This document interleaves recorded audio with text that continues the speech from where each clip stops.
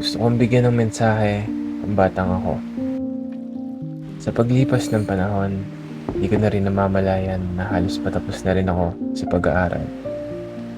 Hindi ganun kadali ang daan, pero andito na ako sa ikatlong baitang ng kolehiyo. At sigurado ako na pumapalakpak ang batang ako. Ako nga pala si Kenshin, 21 na ako, Tubong San Pedro, Laguna. Marami akong pangarap at isa na doon na maging direktor. Malayong malayo sa pangarap ng batang ako. Kwentuhan muna tayo habang nagluluto ako ng pancit canton. Noon, isa akong mahiyaing bata, takot sa tao. Hindi naging madali para sa akin ay ipakita ang talentong meron ako dahil nauuna ang hiya at iniisip ko palagi ang sasabihin ng iba. Pero nagbago ang lahat noong tumungtong ako sa kolehiyo. Ang dating bata na takot sa tao ay may mukha ng hinaharap. Ang batang mahiyain ngayon ay kung sino-sino na ang kinakausap. Ang batang takot pakita ang talento ngayon nagpapasikat na sa kung kani-kanino. Marami na akong nagawa na hindi ko nagagawa noon. Kaya nagpapasalamat ako sa batang ako. Pero, kagaya ng sabi ko, hindi madali ang dahang tataakin ko. Kaya eto, ang ilang payo na sasabihin ko sa batang ako. Kung diyan ay may chance ka pang matulog sa tanghali, matulog ka. Kung diyan ay wala kang iniisip kundi maglaro ka lang. Kung dyan ay tinuturing mo na lahat, kaibigan, ituring mo lang. Kung dyan ay palaging gatas pa ang iniinom mo, inumin mo lang. Kung dyan ay pinapakain ka sa tamang oras, kumain ka. Kung dyan ay tinuturuan ka ng guro na mag-aral, mag-aral ka. Kung dyan ay nagkakamali ka, magkamali ka lang.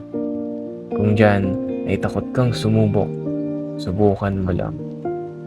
Kung dyan ay takot kang sabihin ang totoo, matakot ka muna.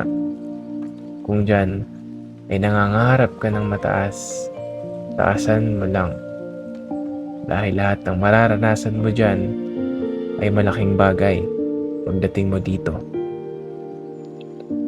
Dito, mahirap nang kumpletuhin ang tulog. Dito, kapalaran na ang kalaro mo. Dito, hindi na lahat ituturing mong kaibigan. Dito, hindi na gatas ang inumin mo kundi kape na. Dito, hindi na tama ang oras ng kain. Dito, hindi na guro ang magtuturo kundi buhay na. Dito, mahirap nang magkamali. Dito, kailangan mo ng tapangan sa haharapin mong pagsubok. Dito, hindi ka na dapat matakot kung totoo ang sinasabi mo. Dito, dapat mong mas taasan ang pangarap mo.